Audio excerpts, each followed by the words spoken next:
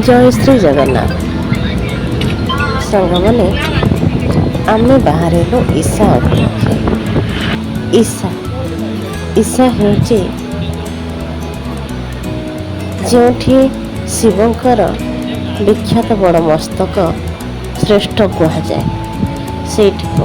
तमिलनाडु प्राय 8 घंटार बाट आमे बाहरिलु भोरू ट्रेन रे जाए बस अभिमुखे यात्रा कला बेले बाटर किसी दृश्य मन में बहुत खुशी कारण अनेक दिन स्वप्न था आम जब तमिलनाडु जीवु ईश्वर से मूर्ति शिव मूर्ति आम दर्शन करूँ पाखापाखि हो गलु शिव मुंड दृश्य हो बहुत खुशी और देखा आग्रह अधिक बढ़ी बढ़ी जाऊे जिते पाख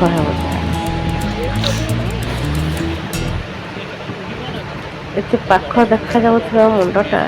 बहुत दूर रे आम बस रे बुली बुली से जे समय लगिला आमको एठू से बाटटा हम किंतु आमको से उठू जीवाक पड़ला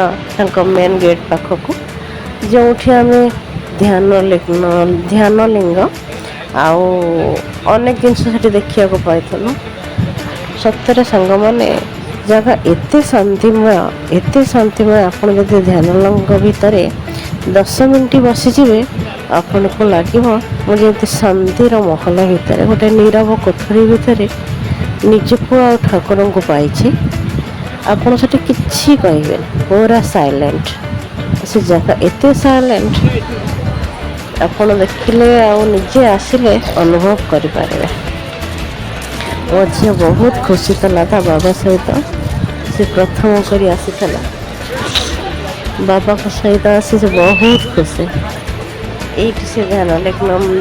लिंगर मेन गेट एथे आम किसी फटो फटो उठे ता भीतर को जेहेतु मोबाइल अलाउ ना आमको ये से फोन बैग एक्स्ट्रा सब जिनस डिपोजिट करा पड़ा आम खाली करता भीतर को जाइलु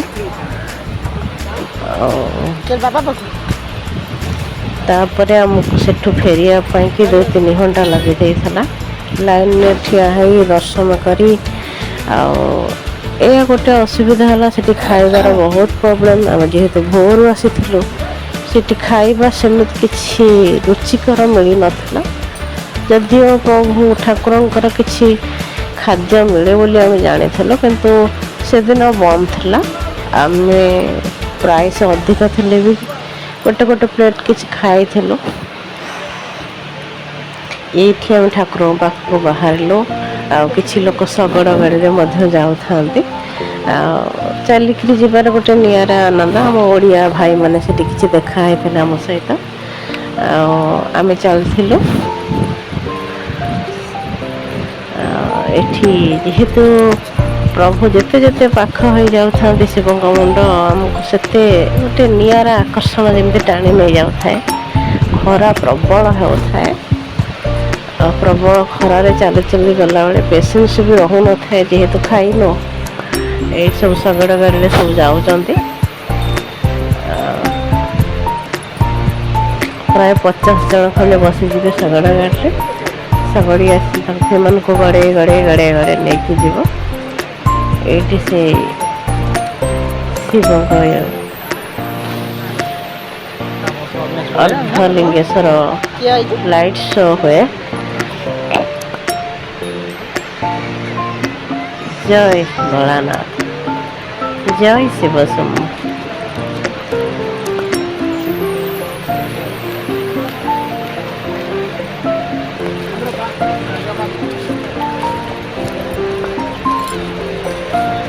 देखो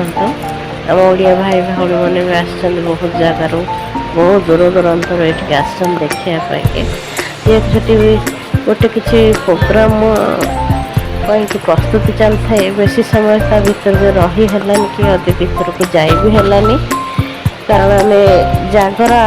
पूर्व दिन जाइलु जागर दिन से किसी थाए इवेंट आमको तो जना नाला किंतु ବହୁତ ଭଲରେ ସବୁ ଦର୍ଶନ ହେଲା। ବେଶୀ କରି ଭଲ ଲାଗିଲା ଧ୍ୟାନଲିଙ୍ଗ।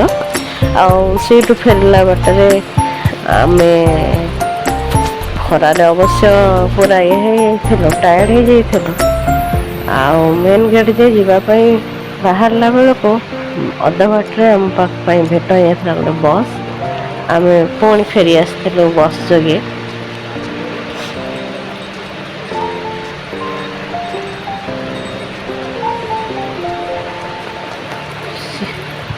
ଏଇ ଶିବ ମୂର୍ତ୍ତିଟା ବହୁତ ଦୂରକୁ ଯଦିଓ ଦେଖାଯାଏ,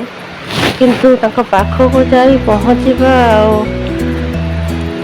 ଦେଖିବା ପାଇଁ ବୁଲି ବୁଲି ସେଇ ଜାଗାରେ ପହଞ୍ଚିବା ପାଇଁ ବହୁତ ସମୟ ଆମକୁ ଲାଗେ।